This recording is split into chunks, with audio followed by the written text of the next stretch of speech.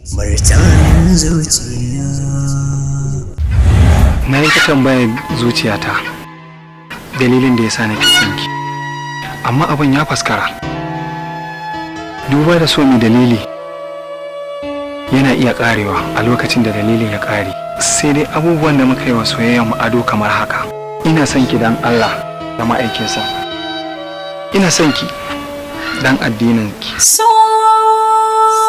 Sannan ina son ki dan nasabar. Ina son ki dan kyan halin.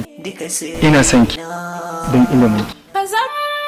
Sannan ina son ki dan kyakkyawan fuskarki. Muradin zuciya.